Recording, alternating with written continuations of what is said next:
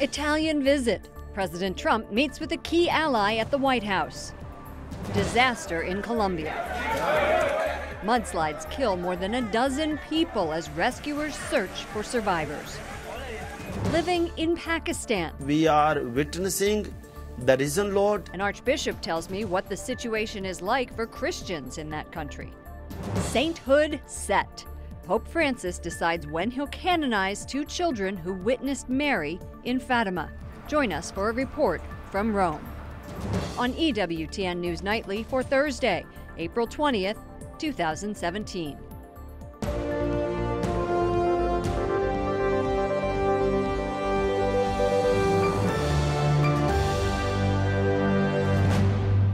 Good evening from Washington, D.C., and thank you to those of you joining us from around the world for news from a Catholic perspective. I'm Lauren Ashburn. We are following a developing story in Paris where French media report one police officer is dead, another seriously wounded.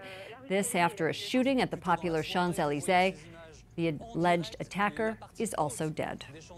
President Donald Trump holds his first meeting with Italy's prime minister, his 15th with a foreign leader since taking office. The Italian premier promises his country will continue to be a committed partner in the fight against ISIS. And he says he and the president see eye to eye on the need to unseat Syria's leader. Correspondent Wyatt Goolsbee is at the White House with details. Good evening, Wyatt. Good evening, Lauren. Terrorism and immigration are among the highlights President Trump and the Italian Prime Minister are discussing. The two are getting a jump start on next month's Group of Seven, or G7, industrialized democracies gathering in Italy. They're also firming up a long-standing partnership as they take on a host of issues affecting the U.S., Europe, and the world. A great welcome to the Prime Minister of Italy. A warm greeting for a major European ally. President Trump welcomes Italian Prime Minister Paolo Gentiloni to the White House, holding private talks in the cabinet room. This morning, he spoke at the Center for Strategic and International Studies, a foreign policy think tank in Washington. Upholding joint Italy-U.S. leadership is not only an opportunity, but a political must. He laid out three main topics he and the president would address. First, in the ongoing fight against ISIS, Italy has been one of the U.S.'s closest allies, and he says that will continue. Italy has troops in both Iraq and Afghanistan, second only in number to the United States. Gentiloni is also concerned about the dramatic number of immigrants flowing out of the Middle East. Europe accepted more than 1 million asylum seekers in 2015 alone. The horrific acts of violence we have witnessed over the years have been carried out very often by Islamist elements who were born, raised, and became radicalized in Europe. He says 500,000 migrants have been saved from death at sea by the Italian Coast Guard and Navy over the last 3 years. And finally, on Syria, the Prime Minister echoes the Trump administration's call for leader Bashar al-Assad to go. Assad cannot be the man of the future of the country, but there is not a military solution in Damascus. There is a political solution. The Italian Prime Minister says some Syrian Christians are reluctant to oust the Assad regime because they're worried ISIS will gain more ground. The Prime Minister is also talking to President Trump about Russia's role in the Syrian conflict, which will be a key issue when the NATO allies meet again in May. Lauren? Wyatt, the president and the prime minister went on to hold this press conference. Can you share with us any highlights of their remarks? Lauren, yes, there was one question in particular that stood out. President Trump was asked if it would be possible for him to meet with Pope Francis while in Italy, and while nothing's set in stone, he did say he's very much looking forward to meeting the Pope. Lauren? We shall see. Thank you, Wyatt. Wyatt Goolsbee at the White House. Vice President Mike Pence praises Indonesia's democracy and moderate form of Islam during his visit to the country. Pence met with the country's president and toured the region's largest mosque. He later said Indonesia's form of Islam should serve as an example to others. In your nation, as in mine, religion unifies. It doesn't divide. It gives us hope for a brighter future. And we are all grateful for the great inspiration that Indonesia provides for the world. Indonesia is the world's largest Muslim-majority country. It is not included in President Trump's immigration order, but that order does affect thousands of refugees currently staying in Indonesia. U.S. and South Korean forces conduct their annual Max Thunder drills, one of the largest military flying exercises held on the Korean peninsula. It comes as the USS Carl Vinson is extending its deployment in the area to, quote, provide a persistent presence in the waters off the peninsula. Tensions have risen in recent weeks over North Korea's nuclear program. The U.S. military is also conducting military exercises alongside troops in Romania. The move sends a message of solidarity to Eastern Europe, which is concerned about Russian aggression. A Romanian official says similar drills would run until the end of the year. The federal government will provide states nearly $500 million for prevention and treatment programs aimed at stopping the opioid epidemic. Health and Human Services Secretary Tom Price made the announcement yesterday in Atlanta. He called the opioid problem a crisis. The grant money comes from bipartisan legislation approved by Congress last year. In 2015, more than 35,000 people died after overdosing on opioids, including prescription drugs and heroin. Heavy rains caused more mudslides in Colombia, killing at least 17 people. The disaster struck early morning when many in western Colombia's town of Manizales were still asleep. 9 people are missing. This comes just weeks after a devastating mudslide farther south. After nearly 70 years, American automaker General Motors says it will immediately halt operations in Venezuela after its plant was seized by authorities. GM described the takeover as an illegal judicial seizure of its assets. It was not immediately clear why authorities seized the plant, but the country's president, Nicolas Maduro, has blamed the U.S. for Venezuela's economic problems.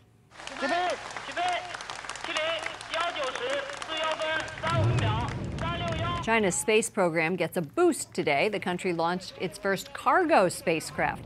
It's part of a bigger plan to develop a space station, lunar probe, and Martian rover. Pope Francis sets the date for the canonization of 2 Portuguese Shepherd children who witnessed the Virgin Mary 100 years ago.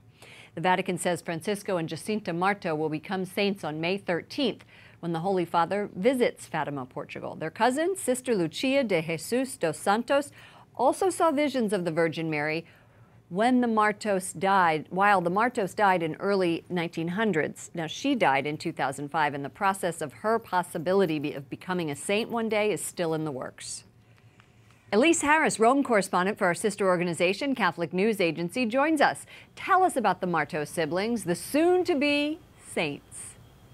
Francisco and Jacinta Marto were very simple children. They came from a very pious family and in many ways were like anybody else. But they had the extraordinary gift of being able to witness apparitions of the Virgin Mary alongside their cousin Lucia. And from there became witnesses of not just how to receive a gift like this, but to make it concrete in their lives. So it's something that even after the apparitions, they became widely known for the sacrifices and prayers that they would constantly offer. Jacinta, especially for the conversion of sinners. That was kind of the cause that she embraced after Our Lady made her appeals. She made several appeals for an increase in faith and in hope and in prayers for peace and conversion. So Jacinta really lived that and offered all of her sufferings, including her final illness, for that, and became known for those sacrifices. And Francisco, on the other hand, became known for the way that he would adore God, spending long hours in adoration. He became really an example of what it means to praise God and to just adore Him. Well, they're so these the children, youngest. I think, are very simple people, but very real witnesses. Right. They're the youngest non-martyrs ever to be declared saints. And how unusual is it for children to be named saints? Previously, children were not thought to have the ability to live heroic virtue like adults. So this all changed with a man named Cardinal Jose Saraiva Martins, who looked at these children specifically, Francisco and Jacinta, and said that the way that they lived and offered their sacrifices and their sufferings, but also the events of the apparitions, you know, facing threats at times to be boiled in oil if they didn't lie about it. So he said in situations like that, for these kids to accept death rather than lie was heroic. Why has the Vatican decided to canonize Francisco and Jacinta, Elise, in Fatima? You know, I think there are several reasons for this. The first being the magnitude of the event itself and the centenary of the apparitions. It's a huge event that the whole world has kind of been anticipating. And so I think Francis really had this in mind. And I think it's partly, as I said, because of the magnitude of the event, but also to draw attention to Our Lady's message herself, So it's something I think he had very present in his mind, and that he wants to draw attention not only to the saintliness and the holiness of these children, but also to Our Lady and her message. Wonderful. It's a great story, and we are going to look forward to covering that event in Fatima. Elise Harris, Rome correspondent for our sister organization, Catholic News Agency. Thank you, Elise. Thank you, Lauren. Coming up, Christian persecution in a predominantly Muslim country. We always think that God has some special purpose for us. Archbishop Shah describes the challenges facing Catholics in Pakistan.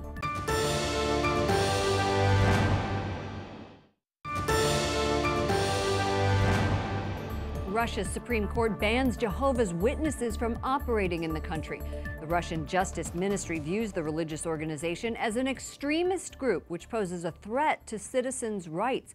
The Jehovah's Witnesses reportedly have more than 170,000 followers in Russia. A new report by the University of Notre Dame finds that 43% of persecuted Christians focus on survival rather than confrontation. We are honored to be joined by Archbishop Sebastian Francis Shaw of the Archdiocese of Lahore in Pakistan, and one of the scholars involved in this study. First, can you give us a sketch of what life is like for Christians in Pakistan? The total population of Pakistan is 120 million. And out of this big population, Christians are altogether 3%, and 1.8% are Catholics. Day-to-day life is like living with the Muslim, Christians, Hindu, Sikh. Day-to-day life is good. But now the hard reality is discrimination and suffering, victimization is going on. We always think that God has some special purpose for us to live in Pakistan. So in this way, we are witnessing the risen Lord, and we live the gospel values. And then through our interreligious dialogue, we approach people of different faith as brothers, so that people may understand us, what we are. Many Christians are just trying to survive. That's what this report says. Do you think that's true in Lahore? In Lahore, it is true Christians are for survival. But at the same time, survival is not for self, for us only. We are also helping other people to survive. For example, through our schools, educational institutions, nearly 90% students are Muslim. So we work together and we say that, okay, God has given this planet to work for the survival of each person. So survival in this sense is not for self, but also so that you live in this way that the other person may also live as a human being. What is your relationship with Islamic leaders like? Are they open to interfaith dialogue? Yeah, in the beginning there was some difficulties. Difficulties was that some interpretation was that maybe interreligious dialogue is like foreign agenda, or it means actually to convert other people. But now, after a big struggle and after many sessions, last 3-4 years, the result is much better. Like we celebrate Christmas and we invite Christian, Muslim, Hindus all together. So in this way, now through interreligious dialogue, people come on one platform, one round table, and we talk about our own, what is common between all religion and what is common for the society. Well, we share about coexistence, that God has given us this planet to live, not to destroy, and each person has a right of his choice of his religion. It sounds like you're making quite a bit of headway. And we would like to thank you so much for joining us. Archbishop Sebastian Francis Shaw of the Archdiocese of Lahore in Pakistan. Thank you. Thank you very much. The Catholic Church in Iraq struggles to help Christian refugees who have fled to Kurdistan. Aid to the Church in Need estimates it costs $338 to provide one family with basic necessities for 6 months. George Marlon, chairman of the Aid to the Church in Need USA, joins us now. The Catholic Charities mission is to help suffering and persecuted faithful worldwide. Welcome to the program. Thanks for having me. You're working in Iraq, helping rebuild Christian communities. And I just came back from northern Iraq in the Nineveh Plain. I visited these villages that ISIS just desecrated and destroyed. So in your view, why is it important that Christians are able to stay in Iraq? I think it's very important that the Christians would stay, and bishops throughout that area have been urging the same thing, because that is where the church was born, in the Middle East. And we've been there for 2,000 years, and sadly ISIS, as opposed to any radical Muslim groups in the history of the Muslim faith, are now trying to eradicate, to erase any trace of Christianity in the Middle East. We think it's wrong. So we, as a Catholic agency under the guidance of the Pope, we raise funds and designate projects that are suggested by many of the bishops in the Middle East to try to help the victims of this persecution. So we're helping, giving humanitarian aid, helping them rebuild their towns, their cities, their homes. So we think it's important to remain a presence there in the Middle East. In your view, what should the U.S. government be doing to dovetail with your efforts? Well, I think what has to be done here on a broader basis, not only the United States, even the Church in the United States, we need to be banging the pots of pans, first of all, to recognize what's going on. We have people on the ground. I see and read about horror stories all the time that we don't read in the New York Times. You know, the United States government said, yes, there's genocide going on, finally admitted to at the end of the Obama administration, but very little has been done on behalf of this nation or the Western nations. They constantly keep their heads in the ground. So it's been a great tragedy that the West has ignored what's going on. So I'm hoping the new administration in Washington recognizes this. But it's interesting to note, when the Coptic Christians were beheaded a couple of years ago, the reaction from the White House was, we're sorry to hear that Egyptians were murdered, Egyptian citizens were murdered. No, they were murdered because they were Christians. And it so was the first thing the United States genocide. has to do is recognize the mess. Right. And it is genocide. Right. They admitted that, but they've done very little about it, which is sad. And that's why I went, because I wanted to see firsthand what had happened there. And I think, and you may agree with me, you may not, but I believe that Americans, even the international community, have Iraq fatigue. The war started in 2003. Now things have moved on to Syria and to Egypt, other areas. Do you agree with that? No, I think their head has been in the sand for a long time about the tragedies going over there. It's very sad that the West ignores Christian persecutions. It's very sad that they're doing as little as possible. None of the international aid that goes over there goes to Christians. It goes to refugee camps where there are Muslims alone, because Christians are afraid to go there because their lives could be endangered. So I don't think it's fatigue. I think it's just ignoring a subject they find uncomfortable and don't want to deal with it. I think it's worse than fatigue. So why does this issue? So why does this of the West? Sure. Why does this issue get such little traction in the West then? Why do I think it's very traction in the West? I think the West has such a distaste, many countries, particularly old Europe and in segments of the United States, that have such a distaste for Christianity that is still the last acceptable prejudice. They just ignore it. Others, particularly on the extreme left, they'll get into bed with anybody who is opposed to the basis of destroying Christianity as the basis of Western civilization. So I think it's ideologically driven. I think it's just a contempt for Christianity. And people just ignore it in many political situations throughout the world because of this anti-Christian attitude. So I don't think it's fatigue. I think it's anti-Christian bias. George Marlon, chairman of Aid to the Church in Need USA. Thank you so much for joining us. Thank you.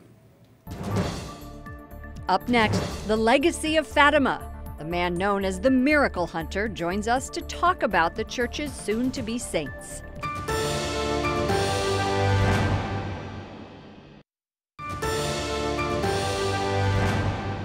A special day here at EWTN. Our foundress, Mother Angelica, would have been 94 years old today. She was born Rita Rizzo in Canton, Ohio in 1923. She went on to build the largest religious media network in the world, broadcasting 24 hours a day to more than 268 million households. Mother Angelica passed away on Easter Sunday last year. As we reported earlier, Pope Francis will canonize two shepherd children, Francisco and Jacinta Marto. during his visit to Fatima next month. The visit marks the 100th anniversary of the apparitions of Our Lady there, turning the tiny northern Portuguese town into one of the world's most popular Catholic pilgrimage sites. Joining us now is Michael O'Neill, author of Exploring the Miraculous, and you are also known as the Miracle Hunter. Thanks for joining us. Thanks. It's great to be with you today. It's a big day in the world of miracles and canonizations. It certainly is. You know, last month, Pope Francis signed off on the miracle needed to make the siblings saints. What do we know about these miracles attributed to Francisco and Jacinta Marto?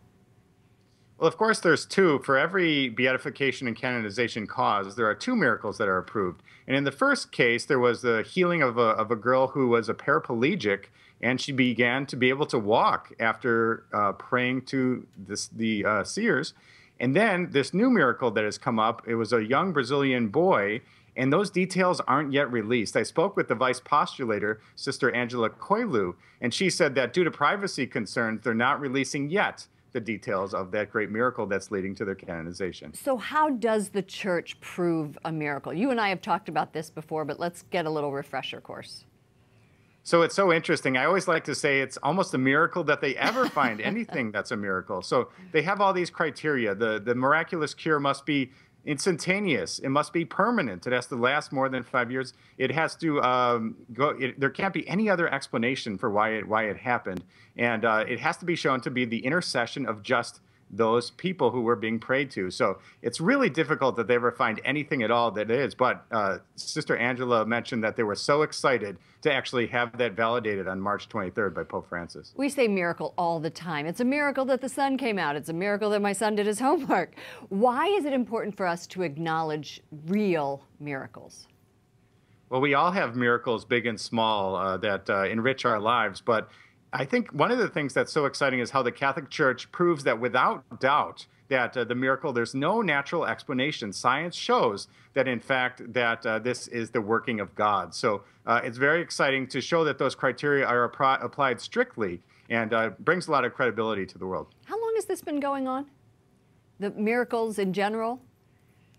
Oh, when you think about it, Christianity, the foundation of Christianity is based on two great miracles, the incarnation and the resurrection. So all the way to the beginning of Christianity. But this has been validated by the Church only in the last several centuries. So this is a process that the Congregation for the Doctrine of the Faith goes through each and every time and requires two miracles. And it's really an intense process and shows that the Church takes it very seriously. Now the canonization is going to happen in Fatima. What's the legacy of Fatima? Well, it's so exciting. This news was just announced today on April 20th that, in fact, the canonization will be going forward. And the legacy of Fatima is that it is the gold standard of all Marian apparitions. And for somebody who likes miracles, as I do, we have the approval of visionaries, more approved than any other visions in history, and the canonization of the visionaries themselves. So this is, in fact, the greatest apparition and vision in the history of our Catholic Church. Michael O'Neill, author of Exploring the Miraculous, and he's the Miracle Hunter. Thanks for joining us. Thanks, Lauren. For much more on the Fatima children becoming saints, visit our sister organization at CatholicNewsAgency.com. That does it for all of us here at EWTN News Nightly. To all of you around the world, I'm Lauren Ashburn. Don't forget, follow us on Facebook and Twitter. I'll see you again. Good night and God bless.